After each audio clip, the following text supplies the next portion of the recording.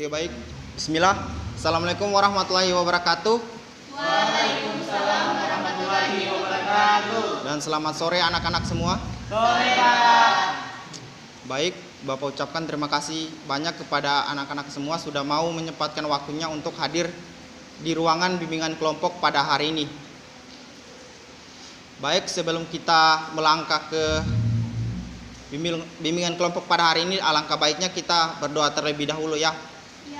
Mungkin dari anak-anak ada yang mau pimpin doa, Bapak persilakan. Ya, silakan. Baik teman-teman, sebelum kita memulai kegiatan kita pada hari ini, mari kita berdoa sesuai keyakinan kita masing-masing. Berdoa juga.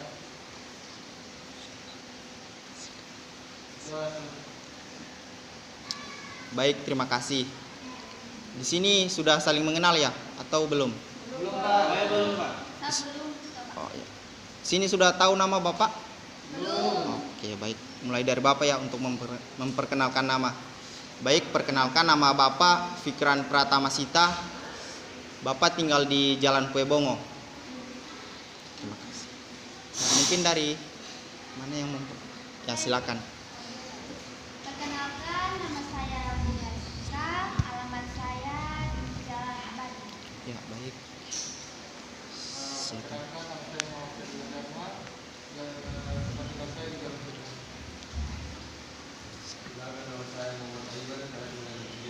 Ya, baik. Silakan. Perkenalkan, nama saya Rizky Amelia, saya tinggal di Kampung.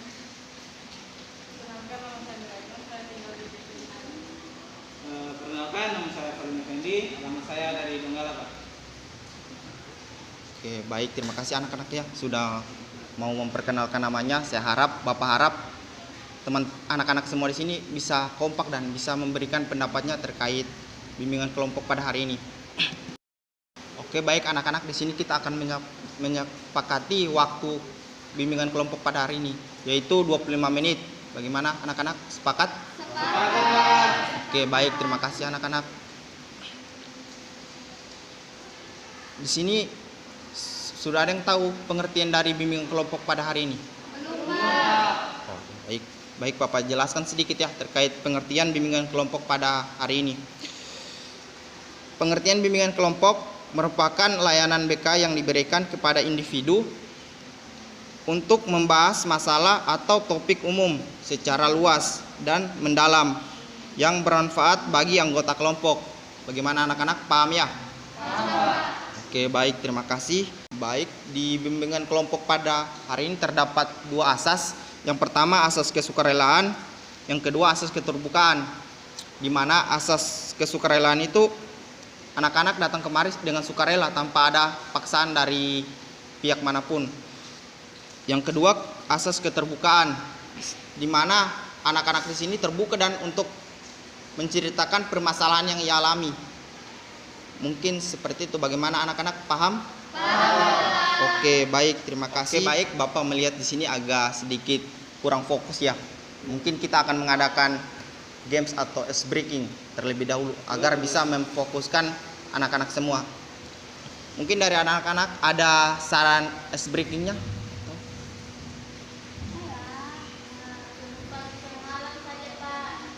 Oh iya, baik. Nah, kita coba ya. Oke. Tepuk pagi, siang, malam. Maksudnya itu bagaimana, Pak? Tepuk pagi, siang, Oh. malam. Jelaskan dulu. Oke. Contohkan saja. Oh ya, siap. Pagi, pagi satu kali, siang dua kali, malam jam 10. Oke, paham. Paham. Oke, baik. Tepuk pagi, siang, malam. Pagi. Siang. Siang. Malam. Pagi. Siang. Malam. Oke, baik. Di sini Bapak melihat sudah fokus semua ya. Iya, Pak. Fokus, Pak. Oke, baik, terima kasih. Oke, baik. Di sini kita akan memasuki tahap berikutnya, itu membahas terkait topik permasalahan rendahnya minat untuk melanjutkan pendidikan ke perguruan tinggi. Bagaimana anak-anak semua sudah siap untuk masuk ke tahap berikutnya? Siap. Oke, baik. Terima kasih. Di sini bagaimana keadaannya? Nyaman dengan keadaan sekarang atau bagaimana? Nyaman Pak. Oh, baik, terima kasih. Baik, di sini kita akan membahas topik permasalahan terkait rendahnya minat melanjutkan pendidikan ke perguruan tinggi. Mengapa Bapak mengangkat topik tersebut? Karena Bapak melihat bahwa ketika masih anak-anak yang sudah mau lulus SMA itu banyak tidak melanjutkan pendidikannya untuk melanjutkan pendidikan ke perguruan tinggi. Mungkin itu terhambat karena faktor eksternal maupun internal. Seperti itu. Paham ya? Oke. Ada yang tahu rendahnya minat melanjutkan pendidikan ke perguruan tinggi? Nah, silakan nak. Rendah minat untuk melanjutkan ke perguruan tinggi itu mungkin karena keuangan juga kan. Ya. Keuangan itu faktor internal.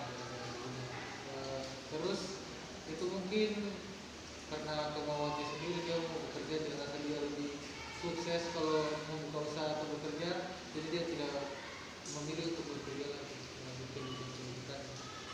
Seperti itu Pak. Oke, baik ya. Berarti di sini ekonomi juga sangat berpengaruh ya untuk melanjutkan pendidikan. Iya Pak. Menurut saya begitu. Oke, baik. Mungkin dari anak-anak lain masih ada?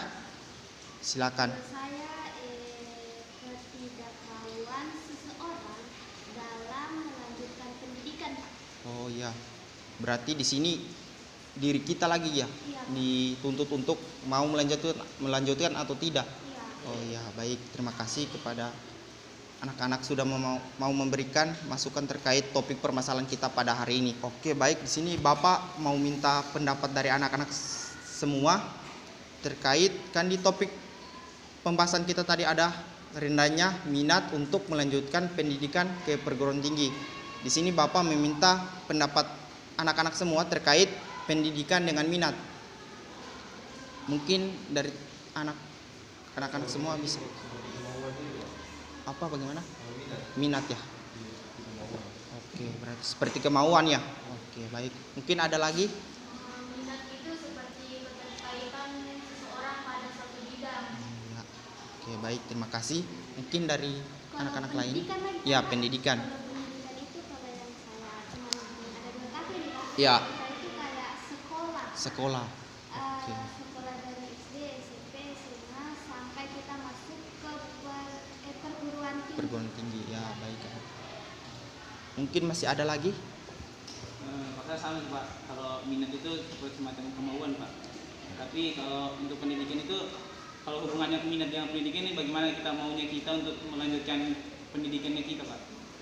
Jika ada minat pasti tidak mau berlanjut. Oh, iya. Baik, terima kasih kepada anak-anak yang sudah mau memberikan tanggapannya terkait minat dengan pendidikan ya. Berarti pendidikan dengan minat itu sangat kuat ya, sangat penting ya. Baik, Bapak akan sedikit menjelaskan kembali terkait pendidikan dengan minat. Baik, pendidikan merupakan suatu aspek utama bagi sumber daya manusia. Sebab pendidikan sendiri merupakan hal yang dapat membebaskan manusia dari kebodohan dan kemiskinan. Paham anak-anak? Paham. Oke, baik. Yang kedua yaitu minat. Minat berperan penting dan berdampak besar dalam diri seseorang. Minat yang tinggi di dalam diri seseorang akan membuat seseorang itu mendorong dalam mencapai tujuan yang akan dicapai meskipun banyak hambatan yang dihadapinya. Paham anak-anak? Paham. Oke, baik, terima kasih ya. Baik anak-anak, di sini ada yang tahu faktor mempengaruhi minat melanjutkan pendidikan ke perguruan tinggi? Pak. Silakan. Mungkin dari keluarganya karena tidak ada keuangan atau mungkin itu saja Pak. Oh, baik, terima kasih. Ya, mungkin dari anak-anak masih ada lagi terkait faktor-faktor yang mempengaruhi rendahnya minat melanjutkan pendidikan ke perguruan tinggi. Sama. Silakan. Kalau faktor yang mempengaruhi kurangnya minat Pak. Rendahnya minat. Sama saja ya. Ya. Oke, menurutku kalau kurangnya minat itu pasti dia tidak mau dengan sesuatu yang dia tidak sukai. Iya. Kalau kayak kita, seumpamanya kita tidak suka bermain bulu tangkis, kita akan kurang minatnya kita untuk bermain bulu tangkis. Kalau kita suka main bola, kita pasti menambah minatnya kita untuk terus belajar main bola. Seperti itu. Oke, baik. Mungkin dari anak, ya silakan.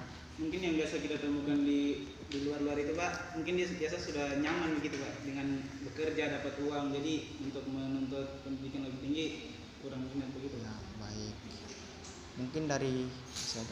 Kalau saya Pak, sama yang disampaikan oleh Rizky, faktornya itu yang ya faktor keuangan. Yang kedua itu mungkin di dalam dirinya seseorang itu tiada motivasi untuk melanjutkan pendidikan lagi. Itu Pak, tiada motivasi dalam hidupnya. Itu seperti itu Pak.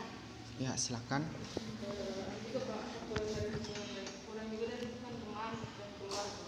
Oh iya. Oke, baik. Betul yang anak-anak katakan terkait faktor yang rendahnya untuk melanjutkan pendidikan di perguruan tinggi. Di sini Bapak akan lebih memperjelas faktor-faktor yang mempengaruhi rendahnya minat untuk melanjutkan pendidikan ke perguruan tinggi. Yang pertama itu adalah faktor internal. Faktor internal meliputi prestasi belajar, motivasi belajar, inteligensi, bakat, keadaan, fisik, sikap, dan pengharapan kerja.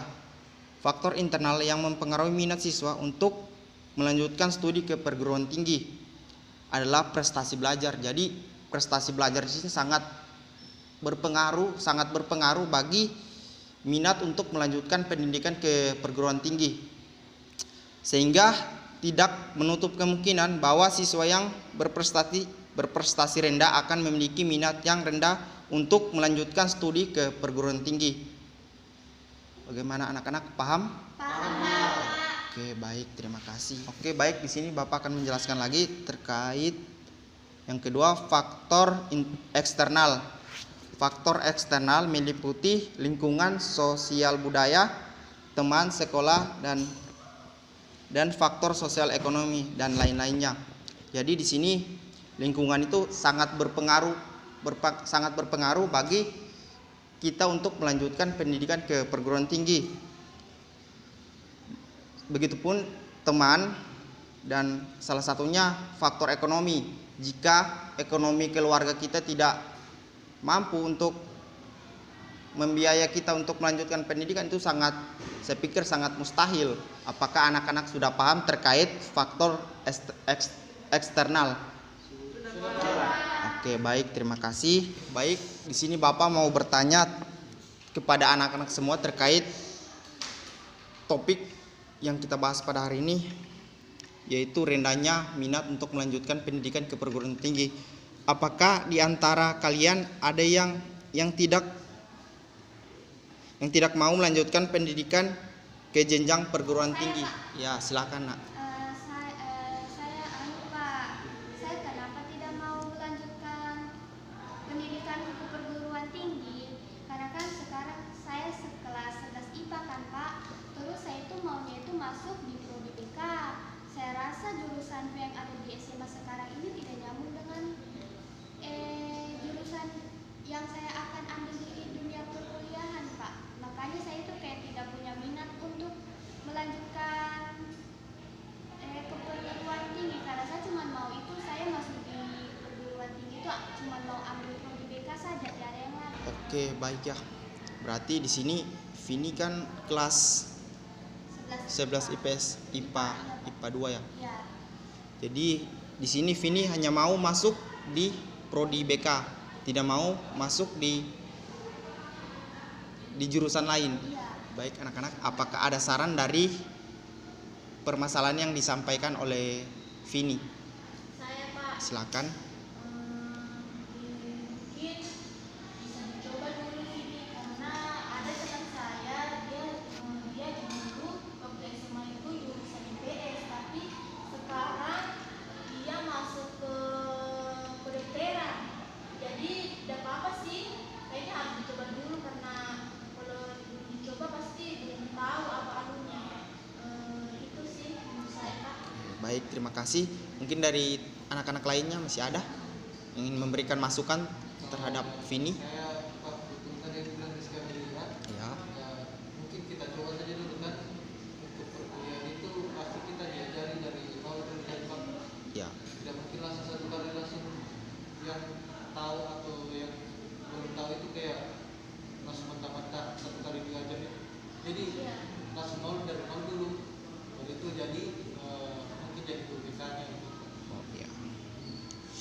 Baik, mungkin masih ada lagi yang memberikan masukannya terhadap Vini. Masa mau menanggapi dari jawaban orang, Pak? Ya, silakan Vini. Kalau saya itu dapat di tengah jalanan, karena saya tidak. Tapi kan kau punya keinginan toh untuk masuk ke dunia konseling itu. Jadi sebelum itu pasti kamu kayak ada pemahaman tentang dunia konseling itu. Jadi coba aja dulu sebenarnya.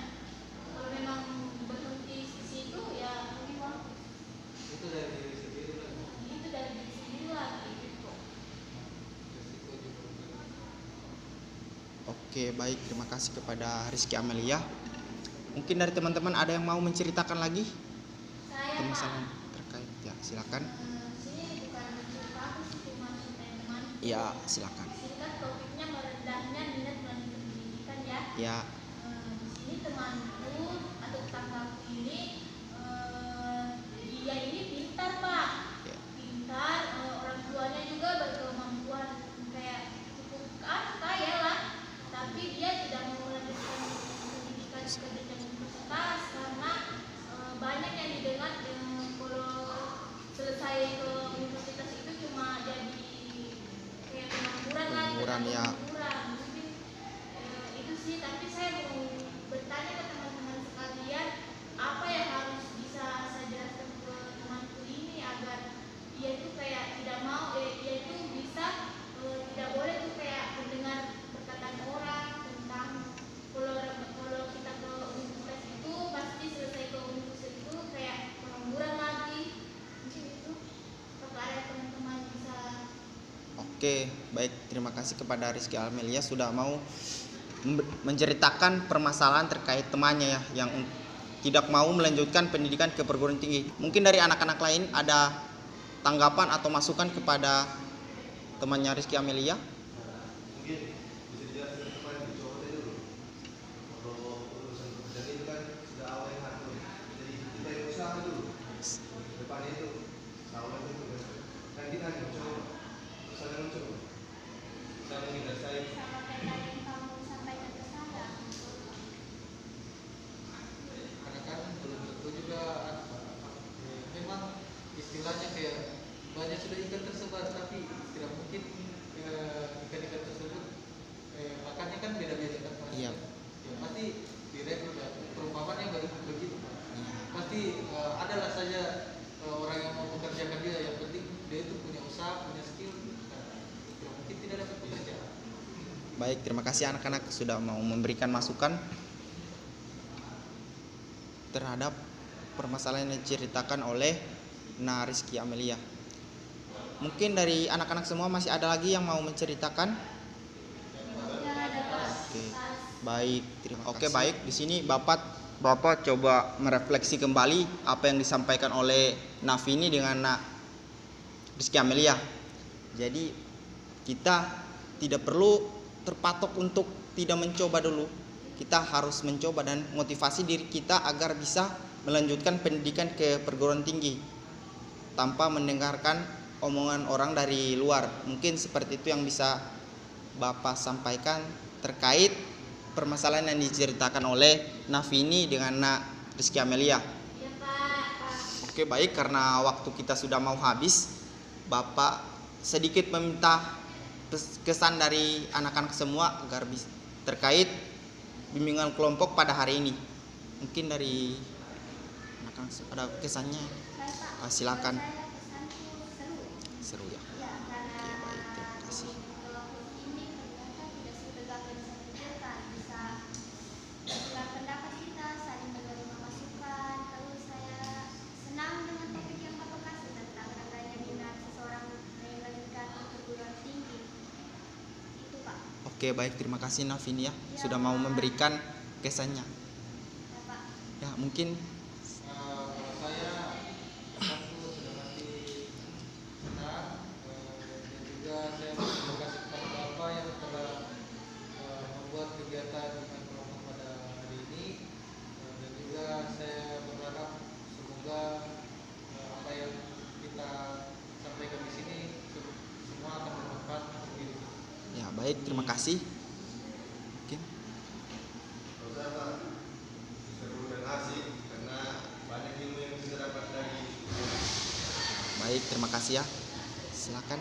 Oke, baik. Pesan saya pada kegiatan bimbingan kelompok hari ini, saya cukup senang Pak karena Ya, bisa baik. berkumpul dengan teman-teman baru, bisa melatih komunikasi saya, dan saya juga tahu bahwa di sini banyak yang tidak tertarik untuk melanjutkan pendidikan Pak. Dan topik yang Bapak bahas di sini cukup menarik. Ya, baik, terima kasih ya. Silakan. Kalau saya Pak, saya pertama terima kasih kepada Bapak Ya. karena telah membawakan materi yang asik. Terus juga di sini saya dapat ilmu dan juga senang bertemu dengan teman-teman yang lain. Oke, baik, terima kasih. Silakan. Saya Pak, pesan saya tentunya senang juga Pak karena bisa bertemu dengan teman-teman yang sama di sini dan bisa mendapat ilmu yang bermanfaat dari Bapak. Ya. Sekian dulu. Ya, baik, terima kasih kepada anak-anak semua sudah memberikan kesannya terkait bimbingan kelompok pada hari ini. Ya Pak, sama-sama. Sama-sama, Pesan Pak. dari Bapak yaitu Bapak harap anak-anak semua sini ketika keluar dari ruangan ini bisa saling mengenal tanpa ada perbedaan lagi, dan Bapak harap teman-teman sini bisa kompak lah. Mungkin itu saja pesan dari Bapak. Sebelum kita mengakhiri kegiatan bimbingan kelompok pada hari ini, alangkah baiknya kita berdoa terlebih dahulu ya, Ya, agar Pak. bisa diberikan kelancaran ketika kita pulang. Ya, Pak. Oke, doa dimulai. Doa selesai. Oke, baik, sebelum kita balik ke rumah masing-masing, di sini Bapak akan membagikan LKPD terkait topik permasalahan yang kita bahas pada bimbingan kelompok pada hari ini. Oke, bisa. Silakan, Abe. Iya Pak.